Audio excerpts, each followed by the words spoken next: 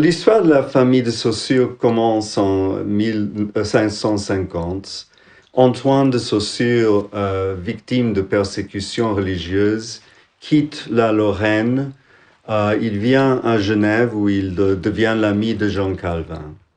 La famille de Saussure s'établit bientôt parmi l'aristocratie de la vieille ville. Cette famille acquiert une réputation pour la science. Il y avait surtout Horace Bénédict de Saussure qui a fait la conquête du Mont Blanc. On imagine dans de telles familles, l'éducation est essentielle. Et les familles comme les Saussure envoyaient souvent leurs enfants à des cours privés. Quant à Ferdinand, il était un élève très doué. Il allait au collège de Genève où il a fait la voie royale des études classiques, comme aussi ont fait ses frères.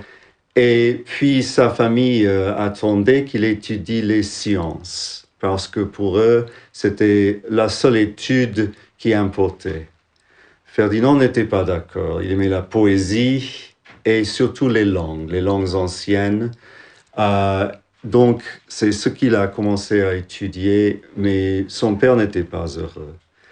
Après que Ferdinand rate un examen de chimie, son père céda et son père l'a envoyé en Allemagne, à l'université de Leipzig, qui était le centre pour l'étude de la linguistique, c'est-à-dire les langues anciennes et leur comparaison.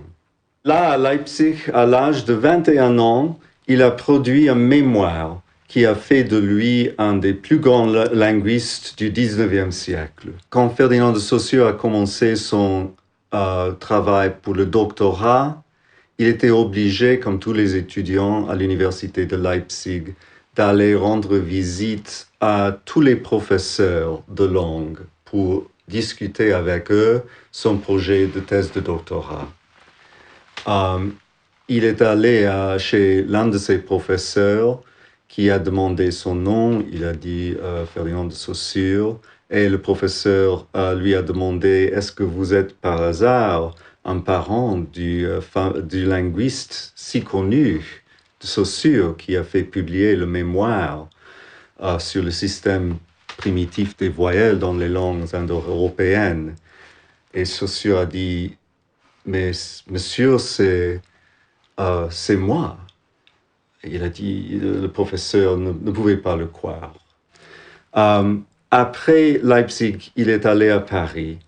Pendant ces années à Paris, Ferdinand de Saussure enseignait. Il était aussi le secrétaire adjoint de la Société de linguistique de Paris.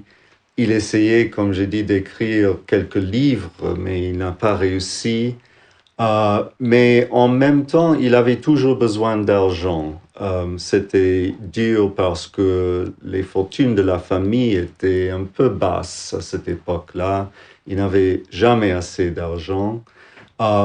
Mais il en gagnait en jouant du poker. C'était avec d'autres Genevois, mais j'ai trouvé ses comptes de jeu parmi ses papiers ici dans les archives de Saussure à Genève. Ils sont écrits en lettres grecques. Et donc, on voit qu'il gagnait 2 fois son salaire de professeur en jouant du poker. Mais malheureusement, il allait aussi à Longchamp et il a perdu le tiers de ce qu'il gagnait au poker. Il redonna aux chevaux. C'était finalement en 1891 que Saussure est revenu de Paris à Genève pour une chaire de sanskrit et de la comparaison et l'histoire des langues indo-européennes. Il a enseigné pendant 20 ans le sanskrit, le vieux allemand, etc., à très peu d'étudiants.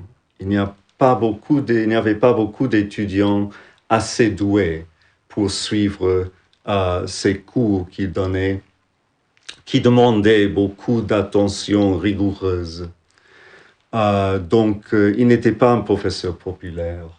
Il essayait aussi d'écrire des livres, mais il a toujours échoué. Il était perfectionniste et il était incapable d'écrire des choses qui était assez rigoureuse pour lui-même. Ferdinand de Saussure commença ses cours de linguistique générale en janvier de 1907. C'était après la mort du professeur Wertheimer, qui était aussi le grand rabbin de Genève et qui avait donné ce cours de linguistique générale depuis 25 ans. C'était une période où la ville de Genève changeait beaucoup physiquement. C'était une période de reconstitution urbaine. Le jardin botanique s'est déplacé du parc des Bastions, que Saussure traversait chaque jour entre l'université et la maison familiale. Et puis, ces serres et ces orangeries ont été démolies finalement pour créer le monument international de la Réformation. Peut-être à cause de tous ces changements, Saussure commençait à s'intéresser à Genève dans ses recherches. Il a fait beaucoup de voyages dans les petits villages de l'un ou l'autre côté de la frontière, dans les Jura et dans les Alpes, pour écouter les patois, pour faire des transcriptions phonétiques. Souvent, il allait dans un village, il s'est installé dans un café pour parler avec les villageois ou mieux encore, pour écouter leurs conversations et faire des transcriptions phonétiques des formes intéressantes. Il était un peu naïf, peut-être de sa part, de ne pas prévoir que cela allait enlever des soupçons. Et un jour, il a été arrêté. On croyait qu'il était un espion. Il y a d'autres situations qui le menaçaient un peu plus sérieusement. En particulier, William Rosier, qui avait été depuis quelques ans le président du département de l'instruction publique, est devenu en 1906 le président du Conseil d'État. Et ça lui a permis de transformer l'université comme il voulait. Il voulait moderniser l'université, y introduisant de nouveaux cours et l'ouvrant à de nouveaux étudiants, pas seulement les étudiants de familles assez aisées, mais aussi à des étrangers. Et il voulait en particulier introduire des cours de commerce. Pour les mandarins de l'université, les professeurs dans la faculté des lettres, c'était une modernisation de trop. Ils ne croyaient pas que les études de commerce avaient une place dans l'université. À l'époque, c'était une question politique assez féroce. Et ce qui s'est passé, c'est qu'une bataille s'est enlevée entre les mandarins de l'université qui exprimaient leur opinion dans le journal de Genève et William Rosier et ses collègues socialistes qui les attaquaient dans le Genevois. C'était le journal radical de l'époque. Et à la une de ces deux journaux, pendant quelques semaines, vers la fin de 1912, il y avait une sorte de guerre.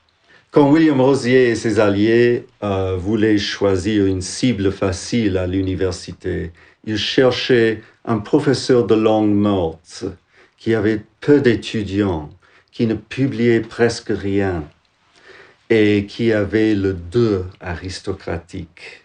Ferdinand de Saussure était déjà malade. Il a dû cesser d'enseigner plus tôt dans 1912.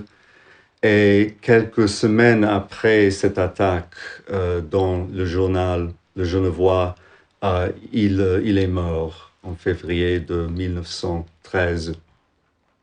William Rosier et ses alliés, ses amis, étaient loin de se douter que cette cible qu'ils ont attaquée si férocement allait devenir un savant internationalement connu à cause d'un livre posthume, le cours de linguistique générale.